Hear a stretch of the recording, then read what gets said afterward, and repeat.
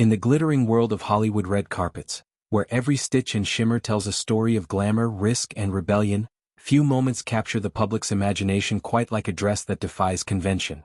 Sydney Sweeney, the 28-year-old breakout star known for her roles in Euphoria and The White Lotus, stepped into the spotlight at Variety's Power of Women event wearing a Christian Cowan-designed silver gown that was nothing short of revolutionary.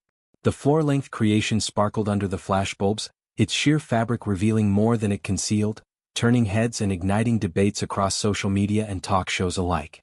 But while many celebrated Sweeney's unapologetic embrace of her sensuality, one voice rose above the chorus of applause: Megyn Kelly, the sharp-tongued conservative commentator and host of The Megyn Kelly Show.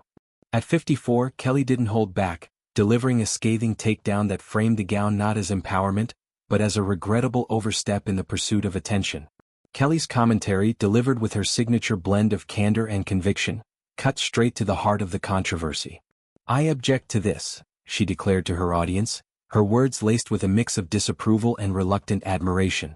She zeroed in on the gown's transparency, pointing out how it left Sweeney's chest area virtually exposed, a detail that had already gone viral in photos from the event.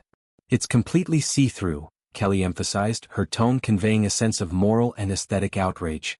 For Kelly, this wasn't just about fashion. It was a symptom of a larger cultural malaise where women in the public eye are pushed to commodify their bodies in increasingly explicit ways. She argued that the dress stripped away the allure of mystery, reducing a woman's appeal to mere visibility rather than evoking desire through subtlety.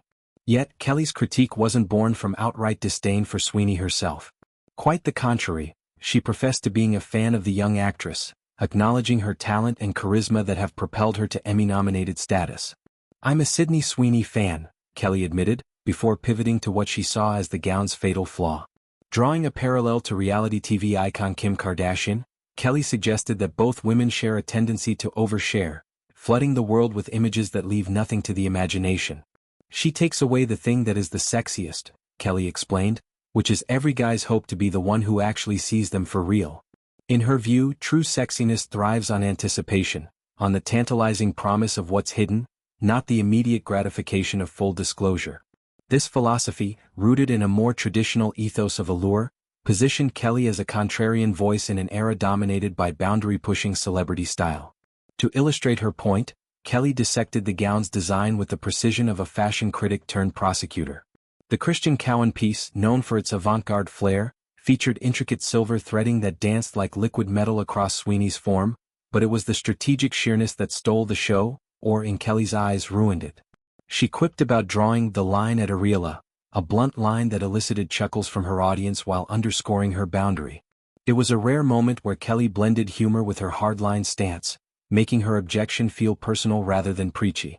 She speculated that Sweeney, still navigating the treacherous waters of early fame at just 28, might have been misled by stylists or handlers eager to generate buzz. "I guarantee you somebody brought the dress to her and was like, 'Now we'll take it next level,'" Kelly theorized, painting a picture of a trusting starlet swayed by the industry's relentless hunger for headlines. "And she trusted the wrong person, and before you knew it, we had all seen it." This wasn't Kelly's first foray into defending Sweeney amid public scrutiny. Just weeks prior, she had rallied to the actress's side when conservative critics slammed Sweeney for an American Eagle ad campaign promoting great genes. In that instance, Kelly praised Sweeney's entrepreneurial spirit, hailing her as a modern success story who leveraged her image wisely. The silver gown, however, marked a rare misstep in Kelly's book, a pivot from savvy self-promotion to gratuitous exposure. It's a distinction that highlights the tightrope women in Hollywood must walk, bold enough to stand out, but not so bold as to invite backlash. Sweeney's career trajectory offers a fascinating lens through which to view this tension. Rising from indie films like Anyone But You to high-profile HBO series, she's mastered the art of blending girl-next-door charm with sultry edge. Her social media presence, filled with workout videos and behind-the-scenes glimpses, has cultivated a fanbase that adores her authenticity. Yet, as Kelly's rant illustrates, that authenticity can be weaponized against her when it veers into the provocative. The broader conversation sparked by the gown extends far beyond Kelly's studio monologue. On platforms like Twitter and Instagram, reactions range from ecstatic praise, with fans dubbing it the dress of the year, to eye rolls at the predictable pearl clutching from older generations. Fashion historians might draw parallels to iconic moments like Marilyn Monroe's billowing white dress or Cher's sheer Bob Mackie numbers at the Met Gala, where exposure was a statement of liberation. Sweeney, in wearing this gown, seemed to channel that spirit, honoring the women before her who shattered norms. But Kelly's objection taps into a timeless debate. Is such visibility empowering or exploitative? In an industry still reckoning with #MeToo and the male gaze, Sweeney's choice feels like a reclamation. A young woman dictating her own narrative rather than waiting for it to be written for her. Kelly's background adds layers to her perspective. As a former Fox News anchor who built her brand on unfiltered opinions, she's no stranger to controversy. Her departure from network television to launch an independent podcast and show has allowed her to speak freely, often positioning herself as a defender of traditional values amid Hollywood's progressive tide. This episode fits neatly into that narrative, a call for restraint in a culture of excess. Yet even as she critiqued, Kelly couldn't resist complimenting Sweeney's enormous and spectacular assets, a backhanded nod that revealed the complexity of her stance.